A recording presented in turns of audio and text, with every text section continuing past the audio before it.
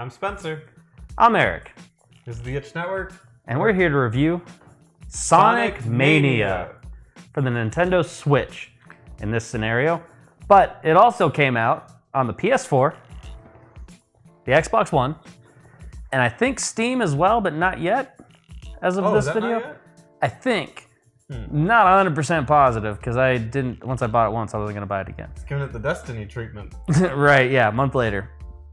I think I heard that because I think they said like Steam people have to wait a little bit but Sonic will be in a higher frame rate or something. Like, I remember my friend saying like you PC people, you want it in 60 frames per second or something like that. I remember stupid internet stuff like that. Wow. All right. Well, so Sonic Mania was not, we're going to start this video off right, was not published or not developed by Sega. Let's get that out of the way first. It was not developed by Sega. So Sega still needs to produce us an amazing Sonic game, which is supposed to be coming this November. Oh, it is? With Sonic... Shit.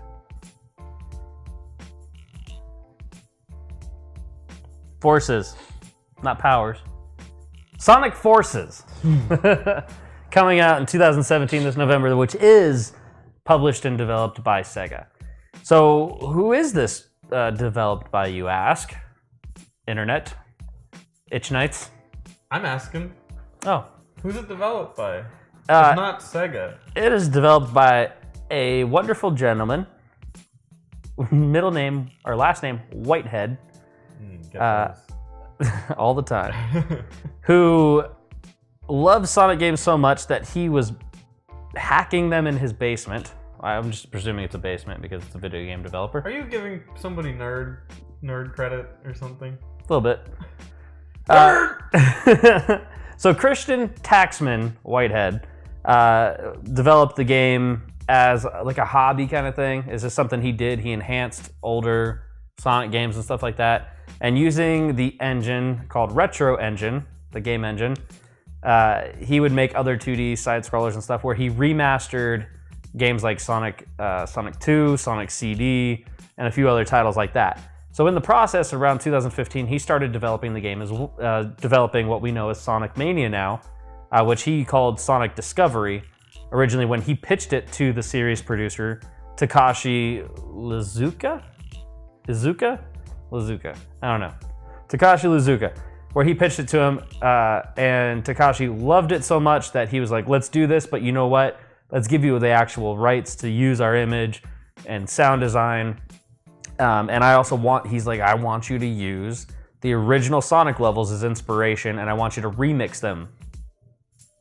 I was expecting you to be like, remix. Oh, well, I think it's interesting that, because I bet you, like, you hear all these things about companies taking down people's games, and I bet Sega's done it too. Yeah, Sega's done it with one of my beloved series called Shining Force. Oh, did they? Yeah. Was there somebody making a 4 or something? No, they were, any YouTube video they were ripping down off the internet. Oh, really? Yeah. Because so many people watch Shining Force on the internet. It's like the #1 game. I know, man. League of Legends, move aside. Yeah, step aside. Max is here. Right? He's mad at those skeletons. But it's weird because, like, it makes you wonder, because this game, I mean, let's get it out of the way. You like it, pretty much. Yeah. And then the internet kind of agrees. It's nice. Mm-hmm. It makes you wonder, like, if Nintendo or these other companies could just give this a shot. It might be a good thing. Yeah, giving older titles that you haven't done anything with or have not been successful revitalizing, allow the community to take a whack at it. Kind of like a Team Fortress kind of thing where they allowed you to have the developer studio where you got to make your own weapons and things like that for the in-game stuff. And how what do you call it exactly? Mods? Yeah, like mods. Where you allow Dota and... Yeah. Dodo's created off of World of Warcraft's engine, or I'm sorry, Warcraft 3's engine. But like mods like for GoldenEye, not GoldenEye, Counter-Strike. Well, Half-Life. Counter-Strike was the mod. Sure. And then you have other games such as, I'm thinking Mass Effect, but that's wrong. The game that Sean reviewed, and that every week he reviewed it differently. Yeah, it slowly got worse and worse. And it slowly got worse and worse. He found bugs. Fallout. Fallout, yeah. Fallout, the mods for that as well. Yeah. Grand Theft Auto's mods, which the most recent one I saw was Hulk versus Batman. I saw that. That was pretty cool. It was pretty tight. But things like that come from the love of the game engine and the game itself.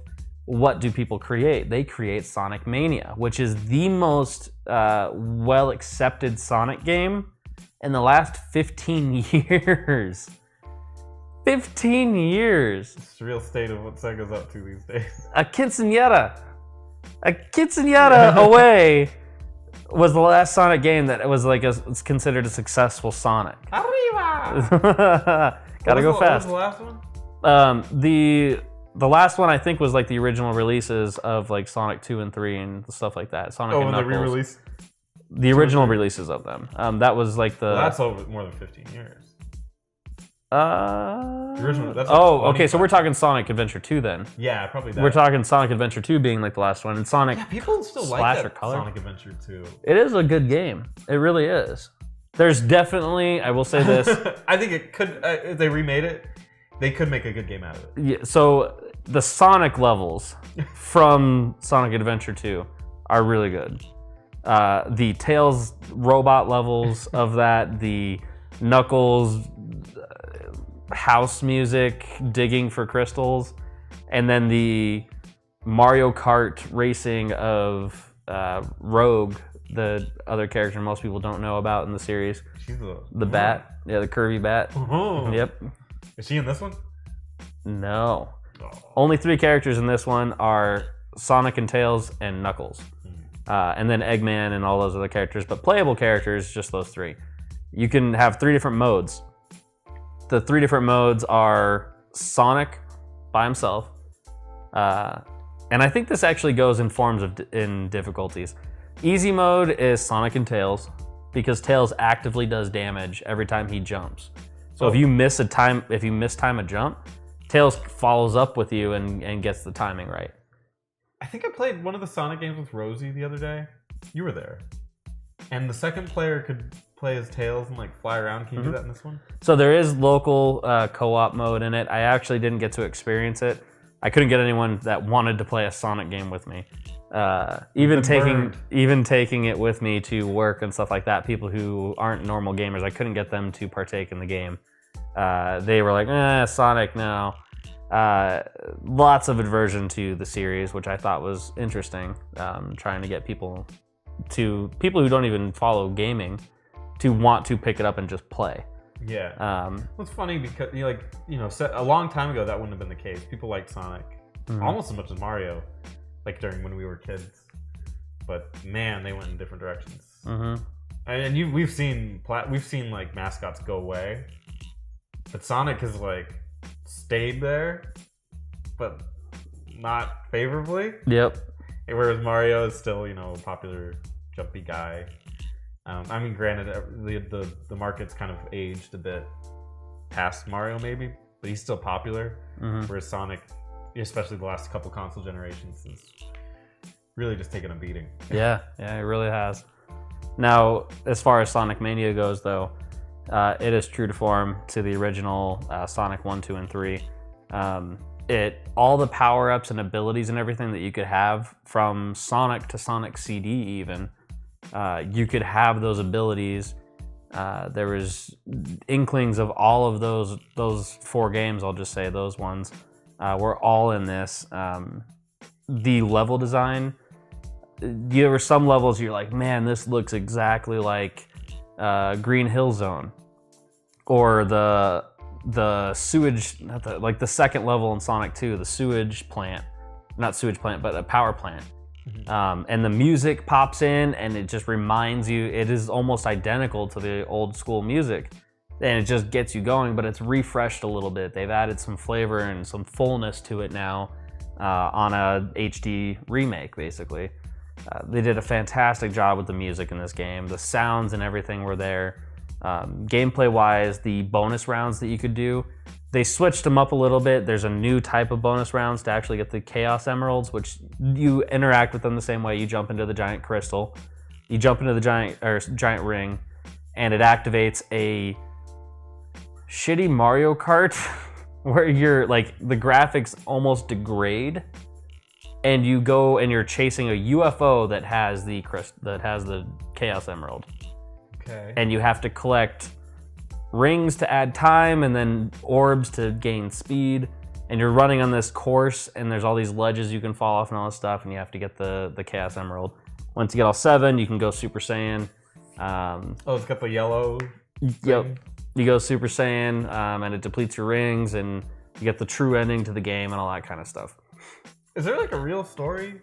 There is a story. Is it more or less than what they used to put in the original Sonic? It's negligibly, minimally more. Oh, okay. Minimally more. There is more there. They actually use some animation to show it off, which reminded me of the old Sonic cartoon back in the 90s. The cartoon trailer, kind of cool. Yeah. So that was like the 90s animation from the cartoon back then. The one with the chili dogs. That's what I was going to ask. Is he eating a chili dog in this cartoon? He has not eaten a chili dog in this.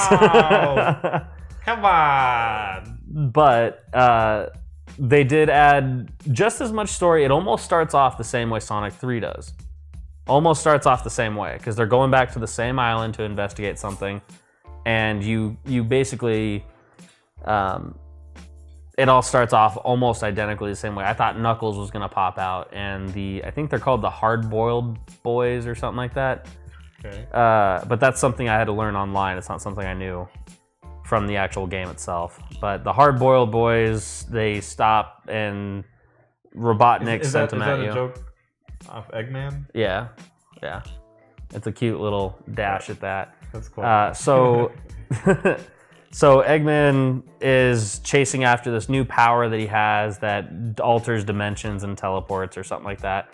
So it's almost the opposite of not the opposite of Chaos Emerald, but a similar power to the Chaos Emerald in the previous series in Sonic Adventure 2, which is like Chaos Control that Shadow shows off. Shadow and the other hedgehogs are not in this game. Again, it's just those 3 characters plus the Eggman crew. It's pure classic. Yep. It's just Sonic 1, 2, and 3, and Knuckles and CD. I don't believe I saw Metal Sonic at all. Metal Sonic was in it briefly. He was one of the bosses in it that you'd fight, but it was like a manufacturing crew. Like they were manufacturing more Metal Sonics, and you had to fight them. This is a dark story. Yeah, it has its moments and stuff, but there's a pollution level that talks about like you have to clean the air every now and then, or otherwise you lose your rings every second, and you can die that way. Cool. Yeah. Is Al Gore in it too? Yeah, Sonic, you gotta go fast. So Sonic Mania, the level design, fantastic. They did a great job with it. There's 12 zones divided up into 2 acts. First act is showing you off the level. Second act, it gets a lot more difficult, and it also leads you into the final boss. There's a mini boss at the end of Act 1, and then there's the final boss in Act 2. If you get a game over, you go back to the beginning of Act 1, have to go back through. Through my playthrough of my Sonic and Tails, I had 3 game overs. One of them on the oil rig, and the other 2 on the final boss rounds, the final boss level. Okay. Difficulty-wise, it wasn't really there. Kind of leads into one of the cons for me in this. I think games a lot nowadays are pulling back on difficulty. Yeah. Or we're just getting that good. No. Oh, okay. I tried to play Super Star Wars recently and just got demolished. Really? I could barely get to the 2nd level. Wow. I used to beat that game like on a weekend. Wow. So you're actually degrading. Oh yeah, those turn-based RPGs, man. Reaction time, age, plus not enough experience now. Yeah. Bad. So difficulty-wise, it wasn't all that difficult. I think if I would have played just solo Sonic or even Knuckles, just by himself, it's more of a difficult game because you have to actually hit all of your jumps. You can't have basically an invincible cannonball that you get to throw at the enemy constantly, which I call Tails. He's my cannonball. I just kind of like jump in a way that I'm gonna be safe, but makes him land on the boss. And there's a chance that if I overjump and let Tails fall on the boss, that Tails will do damage to the boss, and then I don't get hurt at all. So that's a way to put some ease into the game. So I wish I would have played with just Sonic. Would have made the game a little bit more difficult. Knuckles would have been even more difficult because his abilities, he has the ability to climb, which is really the only major difference from Sonic, because he has all the other abilities Sonic does. He just has the ability to glide. Could he climb in the original? Yeah. Okay, yeah. That was his thing. Yeah, he could climb and he could glide, which is there in this one as well. I wasn't in the mood to play through with Knuckles, but the bonus rounds that they had my favorite one, Sonic 3, I believe, where you would go through this semi 3D world and you'd walk into these orbs and you hear this whoop, whoop, whoop, whoop, whoop, whoop. It was kind of like Pac-Man. Oh, that's the one where was that the one where you jump over some? Or yeah, you would jump. You have like a grid kind of thing. Yeah, you're on a grid. You're moving around, dodging the red orbs. You're only collecting the blue ones. If you create a square out of the blue ones you're collecting, it turns them all into coins. And then there's the yellow ones, which make you bounce and all that stuff. But at the end of it, instead of getting a Chaos Emerald like the original, you would get a silver coin, which you would then turn in for debug mode or sound test mode, or like you'd get little tricks and information about the game. Super cool. It was just a nice little way to get new things. Now, cons for the series for this game. The level design, while fantastic, it looked beautiful, it sounded beautiful. The gameplay mechanics of those levels were very limited. It was a lot like Mario's level maker. What was that called? Mario Maker. Mario Maker. The auto levels. A lot of the time I was playing, I felt like I was on an auto level. You would basically walk forward into something and it would speed you off into the distance and spring shoot you all over the place. My eyes would barely be able to keep up with it. But I knew that I wasn't in control, so I just had to sit there and wait until it finished sending me through the level. And I just watched and just was amazed of the complexity of the different areas that it was sending me, and the sound design and the music and all that stuff working together. I sat back and appreciated it. Now, correct me if I'm wrong, but from what I've seen of the original Sonic, did they not have a little bit of that? A little bit. So this one's a little more? This one is a lot more. Oh. This is to the point where I feel like I have control over my character for about 30 to 40% of a level.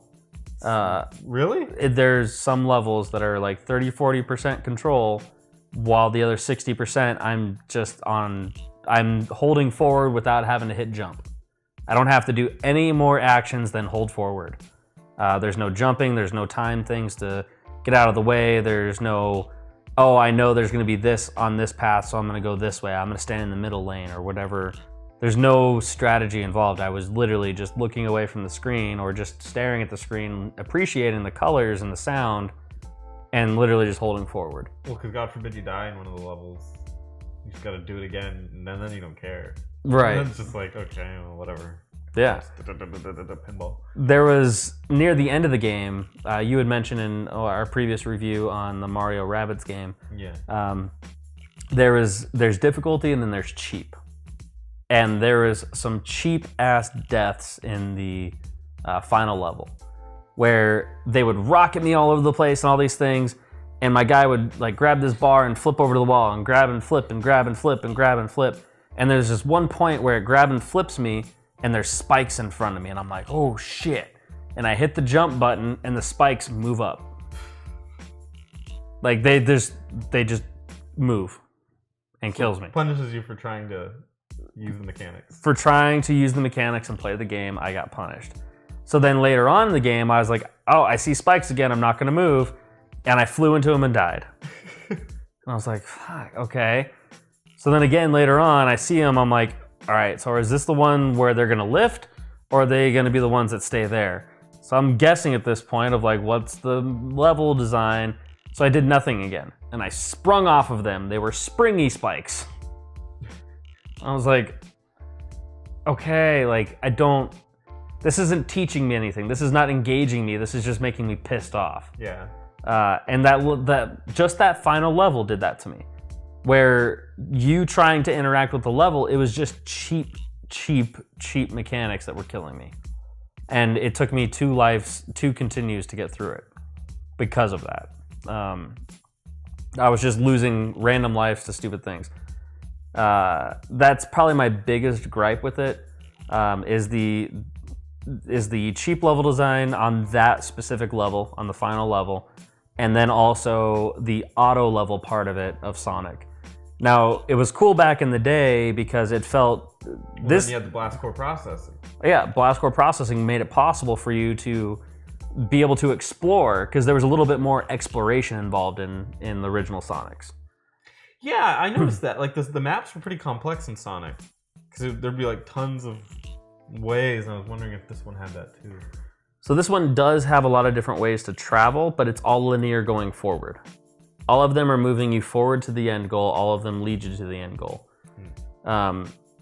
Sometimes it's just you took the top path or bottom path, but typically if you took the top path, it was better for you, more lucrative, more coins, more power-ups. Well, plus if you fall, you can... Yeah, if you fall, you would just land on the bottom level and go from there. But if you stayed on the top longer, you got more power-ups, you got more coins, you avoided more enemies, and potentially you were getting the chances of more bonus rounds and also the Chaos Emerald rounds. To where if you went the middle path or the bottom path, you would less likely to find those things. But the one major issue I had is it was always pushing me forward and never allowing me to explore, which was one of my gripes, because Sonic 1, 2, and 3, while very much so they were pushing you forward, there was always little hidden secrets that you could find if you went backwards. Which there was a couple times that I ended up trying to explore, thinking like, oh, why is this here? There's this big open circle here. I can jump down this. No, it just killed you. Nothing there whatsoever. Not even like 10 coins. That's gonna be the DLC. Yeah, yeah. You know those circles? Now there's a little Sonic head in it. Yeah. But there's... What's that girl's name with the pink hair? Amy. Yeah, Amy's in it. Amy's in it? She's spread eagle. She's waiting for you. She spread hedgehog. Yeah. She wants your chili dog.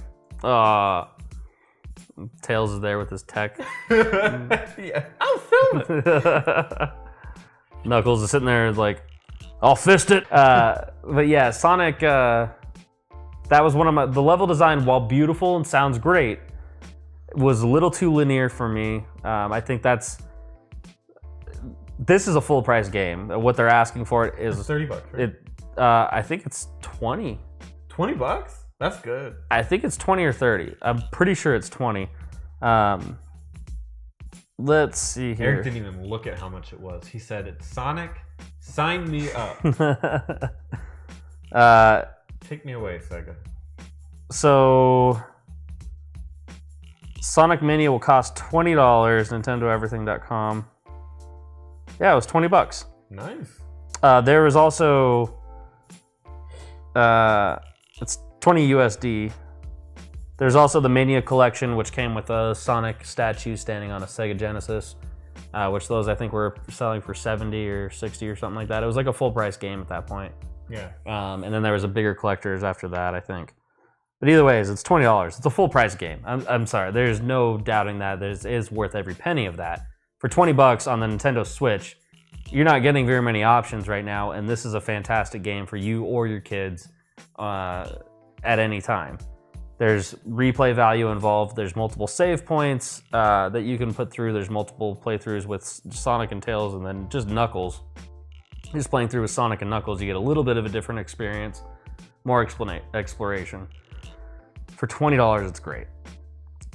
The only things that I'm griping at this point is things that they could have done better that would have made this a $30 game. That would have made this a $35, $40 game. The levels were a little too linear. The power-ups and stuff like that. I'm not a big fan of power-ups in Sonic. I don't think that should be a thing. I think the ring power-up... Well, you and JD go back and forth on that one. Yes, JD and I disagree on this. He thinks that the power-ups added a bunch of things. I thought that it made you even more invincible in the game being that all you had to ever do is carry around one coin. Mario gets hit, he drops his mushroom, and he goes back down to, he's a 2-hit wonder kind of thing. Yeah. Sonic, I could be hit 20 times as long as I can keep collecting that one ring every time. Yeah. Why do I need more power-ups than that? Yeah. I pretty much always have the sparkling thing from the from Mario on. I pretty much always have that on. Wait. Oh. They actually changed the music for that in this.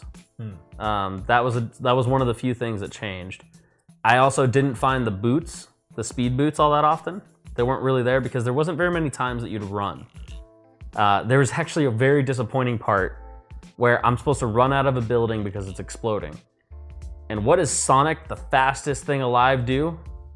Jumps in a car. Oh, serious? Yes. I was sitting there like, I'm the fastest thing on this planet, and yet I'm getting into a car. He's a fast car. Why not let me run? Like, Does he run faster than a car? Yeah, he runs faster than a car. He's faster than anything on the planet. Huh. The only thing I think that's faster... It's his shoes that give him the thing, right? Speed? No, I think that's actually like his innate ability. I think the shoes are just like the shoes he likes kind of thing. Or the shoes are the ones that don't tear, right? I think that might be it.